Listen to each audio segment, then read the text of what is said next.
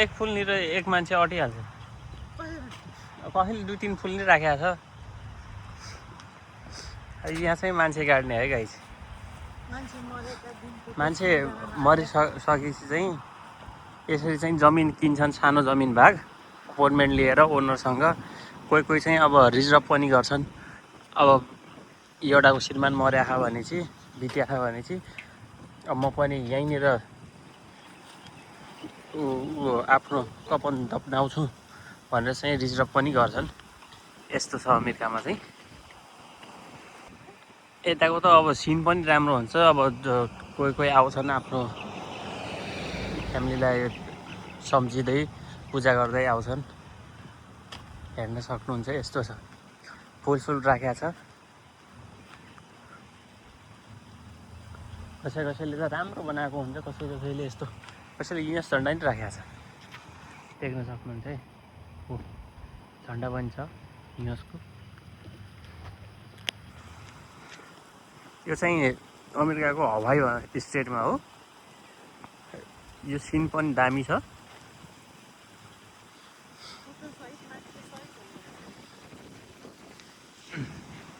Photo सहित मान्छे सहित नाम मान्छेको अनि त्यसैमा फोटो बन्यो कि भुइँमा खै त फोटो त्यसरी होइन कि गाडा ठाउँनिर कि गाडियानिर चाहिँ मान्छेको नाम पनि हुँदो रहेछ है कुन व्यक्ति हो यो त फुल सुकिसकेछ यसरी नाम हुने भयो साथीहरू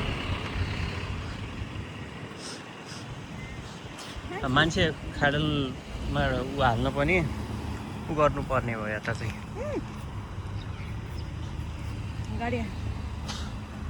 यस्तो छ हामी चाहिँ बियोन्ड टेम्पल जान लागेको अहिले यही रुट हुँदै तपाईँले बियोन्ड टेम्पल भ्यू पनि हेर्न सक्नुहुन्छ एकदम फेमस टेम्पल यो चाहिँ बौद्ध धर्महरूको लागि चाहिँ एकदम विशेष बौद्ध धर्महरूले चाहिँ गौतम बुद्धको चाहिँ एउटा ठुलो मूर्ति छ अब गौतम बुद्ध चाहिँ हाम्रै नेपालमा जन्मेका हुन् उसले चाहिँ यहीँबाट किनेर चाहिँ यसरी फुलहरू राख्दो रहेछ नि यहीँनिर रहेछ हेर्न सक्नुहुन्छ यो चाहिँ temple memorial club beyond in temple state ahead भनेको छ यही रुट हुँदै हामी चाहिँ टेम्पलतर्फ चाहिँ जानेछौँ टेम्पल चाहिँ साथीहरू एकदम भिडियोमा चाहिँ सिनेमेटिक रूपले चाहिँ एकदम राम्रो देखिएको छ त्यही 1-2टा सिनेमेटिक सर्ट पनि लिनेछौँ हामी टेम्पलमा बकुल्ला पनि खेलिरहेछन् एकदम धेरैवटा रहेछन् एउटा पनि होइन धेरैवटा रहेछन् यहाँ फेरि सरसफाइ पनि हुँदो रहेछ ओनरले चाहिँ घाँस काट्ने गरिराखेको छ देख्न सक्नुहुन्छ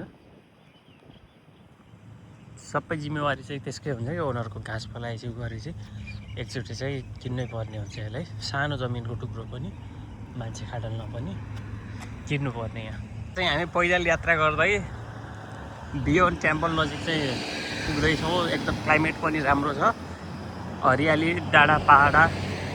डाँडापाखाहरू पुरै हरियाली छ एकदम दामी छ भ्यू पनि दामी देखिएको छ यसरी चाहिँ शिलान्यास हुँदो रहेछ है मरेपछि कसैले चाहिँ राम्रोसँग एउटा उयो हाल्छन् होइन फोटो नै राखेको हुन्छ फोटो मरेको मृत्यु भएको मान्छेको चाहिँ फोटो राखेर त्यसलाई पूजाआजा गर्छन् ऊ फोटो राखेर ऊ त्यहाँ बिचमा देख्न सक्नुहुन्छ त्यसै नाम लेख्दा रहेछन् है साथीहरू अब यसको हेरौँ है के छ बिलभ्ड हस्बेन्ड ओभर फेब्रुअरी 24, 1930 डिसेम्बरदेखि जन्ममिति सहित यसरी चाहिँ लेखेको छ इधर यहाँ हेर्न सक्नुहुन्छ फोटो सहित राखेको छ द वर्ल्ड्स बेस्ट ड्याड च्यारिस यार आफ्नो छोराले राखेको होला सायद मृत्यु चाहिँ 2023 मा भएको रहेछ फोटो सहित यसरी चाहिँ पूजाआजा गर्छन् प्रेस गर्छन् क्रिस्चियन पनि हुनसक्छ जेसस क्रिस्टको पनि फोटो हाल्छन् यस्तो छ साथीहरू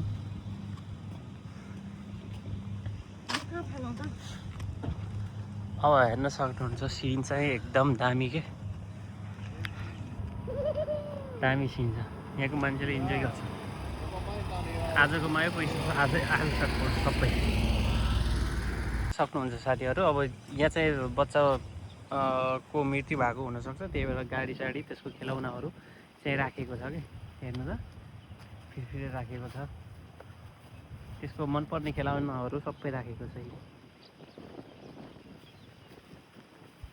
यहाँको भ्यू चाहिँ एकदमै दामी छ, वन्डरफुल भ्यू। अब एकैछिनमा बियोन्ड टेम्पल हो जस्तो लाग्छ, अगाडि देखिएको छ यो। अब चाहिँ पुगेर चाहिँ बियोन्ड टेम्पल कस्तो छ त्यो चाहिँ हेरौँ। कस्तो दामी गुलाबको फुल राखेको छ। यो त उही गुलाब हो कि हो नेचुरल? नेचुरल हो। अनि यहाँ चाहिँ सबै नेचुरल हो। Proceed to the route. Natural रहेछन्। अनि सबै क्रिस्चियनहरू रहेछन् फेरि। In 250 feet, take a sharp right turn. यहाँबाट चाहिँ एकदम घुम्नु पर्ने भयो साथीहरू। त्यहाँ चाहिँ वान वे रहेछ। फुल चेन्ज गर्ने पनि आउने रहेछन् है। नयाँ फुल राखेर गए, गाडीमा आए, पुरानो लगेर गए, नयाँ राखेर गए। त्यस्तो छ। अब यहाँ Roman Catholic garden of the holy cross भनेको छ। Valley of the temple VOT will remove in another item side including but not limited to भनेको छ। यसमा हेर्न सक्नुहुन्छ। एकदम भ्यू चाहिँ दामी छ। यहाँ के छ, यहाँ पनि त्यस्तै हो र साथीहरू। त्यो त रातो माटो जस्तो कस्तो कस्तो छ।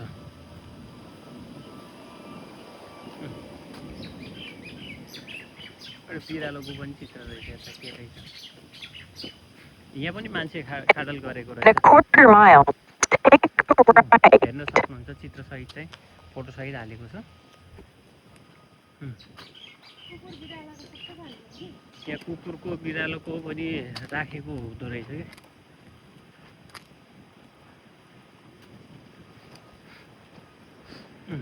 एउटा चराचुरुङ्गीहरू यस्तो छ साथीहरू। उसले चाहिँ आफ्नो उसलाई चाहिँ पूजा गर्न आएको रहेछ कि देख्न सक्नुहुन्छ। टेम्पल घुम्न आउनेको यत्रो घुइँचो छ साथीहरू।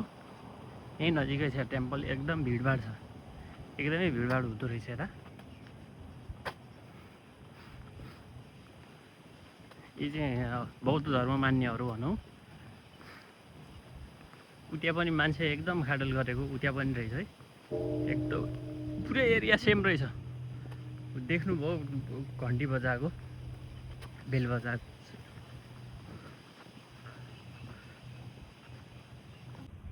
यहाँ तल चाहिँ टिकट लिनु पर्दो रहेछ साथीहरू। हेर्न सक्नुहुन्छ, घुइँचो छ, एकदमै भिडभाड छ। मान्छेहरू आउने जानेको एकदमै भिडभाड छ। टिकट त्यहाँ लाइन लागेर त्यही पनि सक्नुहुन्छ। क्या दामी भ्यू देखिएको छ। यो चाहिँ एकदमै पुरानो हो अरे, 400-500 वर्ष पुरानो भइसक्यो अरे। 8-9 वर्ष भइसक्यो होला, 800-900 वर्ष पुरानो मन्दिर यो चाहिँ। लगभग यो अमेरिकाको भन्दा चाइनाले बनाएको हो कि कसले बनाएको हो यो टेम्पल चाहिँ सायद। एउटा चाहिँ मान्छेले मजाले टिकट काट्दा रहेछन्, हेर्न सक्छौँ। टिकट कसरी छ? एडल्ट 10, सिनियर 8 र जुनियर चाहिँ 6।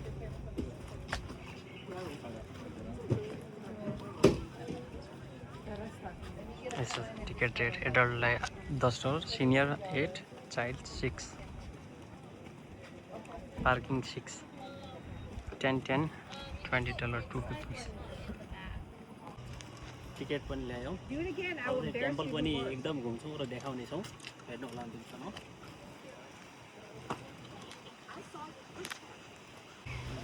यो चाहिँ जापानको एकदम पुरानो मन्दिर। पहिला जापान टोकियोमा रहेको मन्दिर चाहिँ पछि त्यही डिजाइन बनायो चाहिँ यता हवाईमा चाहिँ बनाइयो। एकदम पुरानो एकदम पाहाडहरूको बिचमा, जङ्गलहरूको बिचमा रहेको टेम्पल। यहाँ चाहिँ पाहाड, माछाहरू चाहिँ सबै देख्न मिल्छ। हेरौँ एक एक गरी क्लिक गरेर।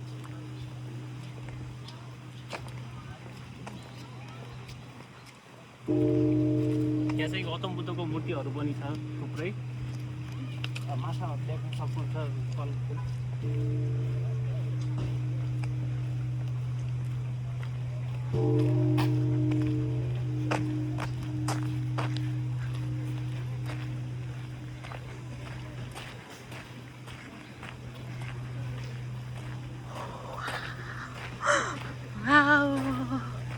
फिस हाँस पनि रहेछ एकदमै कलरफुल माछाहरू ऊ यहाँनिर कति धेरै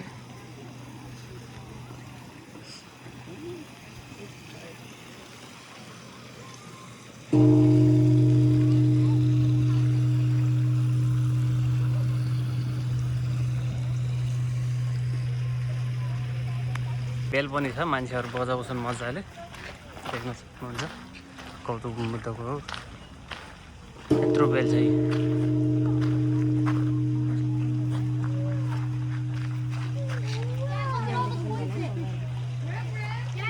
अब हेरौँ कसरी बज्छ बेल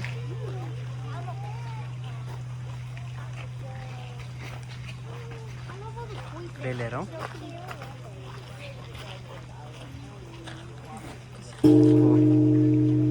यसरी रहेछ एकदम गरमको छ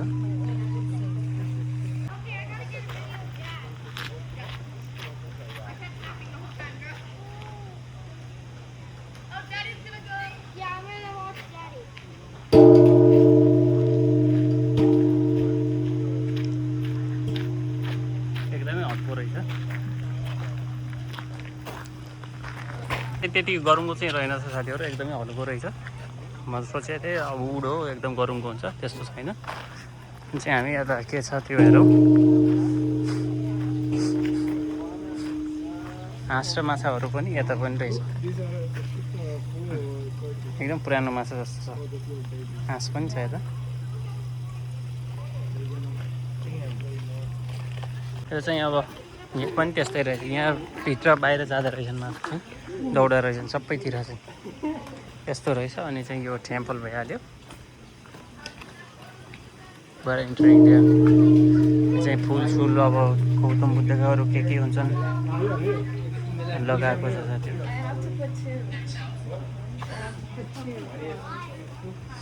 यस्तो छ यतिको सोल्डेसन राखेको के हो मालाहरू के छ औँठी सौटीहरू पनि छ कानमा लगाउने मुन्टा छ हाँस र हाँसहरूको बच्चा पनि रहेछ साथीहरू बच्चाहरू अगाडिपट्टि गइरहेको त्यहाँदेखि हेरौँ हाँसको बच्चाहरू हाँस र हाँसको बच्चा माछा हो त एकदमै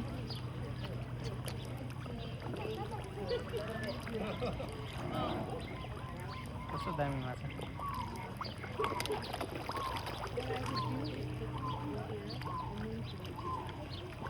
स्विम कसरी गरिरहेको हाँसको बच्चा